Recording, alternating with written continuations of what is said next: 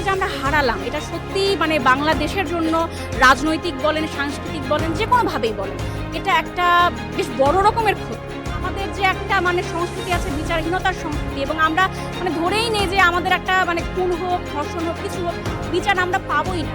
যারা গুলি করেছে তারা তো শুধু সামনের দুজন চরিত্র মাত্র, কিন্তু এর পিছনে কে কে রয়েছে এটার জন্য একটা নিরপেক্ষ তদন্ত আমরা অবশ্যই চাই। আমি ফাতিমাতুজ জোহরা, আমি ইসলামিক ইউনিভার্সিটি থেকে মার্কেটিংয়ে MBA শেষ করেছি। আমরা মূলত ইফতারির জন্যই ঢাবি এখানে এসেছিলাম, তারপরে ভাবলাম যে বইমেলা ঘুরে যাই, কিন্তু মানে ইনকিলাব মঞ্চ তারা যে অন্য আর সবার চাইতে নিজেদেরকে একটু আলাদা করতে পেরেছে তাদের সাংস্কৃতিক লড়াইয়ের জন্য বিপ্লবের পরে, সেটার জন্য আমাদের মানে সবারই মোটামুটি একটা টান কাজ করে। বা এই যে হাদি ভাইয়ের জন্য, বা আমি টুকটাক কবিতা পড়ি, ভালোবাসি, এবং হাদি ভাইয়ের তার যে বক্তব্যগুলো যে সোশ্যাল মিডিয়াতে এতদিন পরে, উনি কিন্তু খুব বেশি দিন সময় পাননি মানে আমাদের কাছে ওনার কথাগুলো পৌঁছে দেওয়ার জন্য। তারপরে ওনার প্রত্যেকটা কথা 1 মিনিট হোক, 30 সেকেন্ড হোক, এখনও সোশ্যাল মিডিয়াতে যদি আসে আমরা সেটা মানে ইগনোর করে যেতে পারি না। তার কথাগুলো, তার চেতনা, তার মানসিকতা।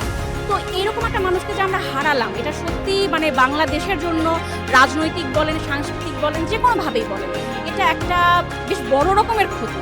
এবং এই ক্ষতিটা যারা করেছে, যারা এর পিছনে আছে, আমরা অবশ্যই চাইবো এটার একটা সুষ্ঠু তদন্ত হোক, একটা দৃষ্টান্তমূলক তদন্ত হোক। এবং আমাদের যে একটা মানে সংস্কৃতি আছে বিচারহীনতার সংস্কৃতি, এবং আমরা মানে ধরেই নেই যে আমাদের একটা মানে খুন হোক, ধর্ষণ হোক, কিছু হোক, বিচার আমরা পাবোই না, ইহজন্মে অন্তত পক্ষে একেবারে পসিবলই না আমার দেশে।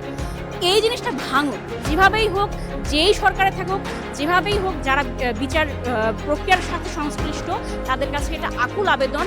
এই সংস্কৃতিটা যদি না ভাঙা যায়, বিচারহীনতার সংস্কৃতি, তাহলে পুরো 24 আমাদের বিপ্লব, জুলাই, সমস্ত কিছুই বুঝে যাবে। আসামি তো গ্রেপ্তার হয়েছে, এরপরে কি?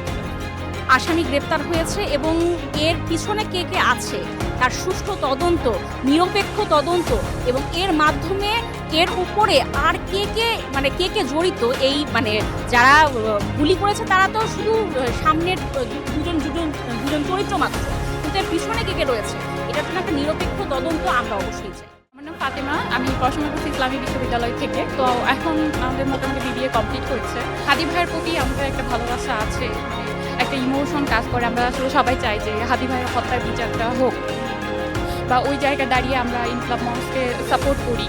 তো যেহেতু হাদি ভাই আমাদের মাঝে নেই, তার সাথে দেখা করাতে হবে, এখন তো আর সম্ভব না। তো এই জন্য ভাবলাম যে জাবের ভাই আছে, জুমা আপু আছে, ওনাদের সাথে একটু যদি কোনোভাবে দেখা হয় বা কথা বলতে পারি, অ্যাটলিস্ট একটু ভালো লাগবে। তো খুঁজতে খুঁজতে আর কি আসলাম ইনকিলাব মঞ্চের স্টলে।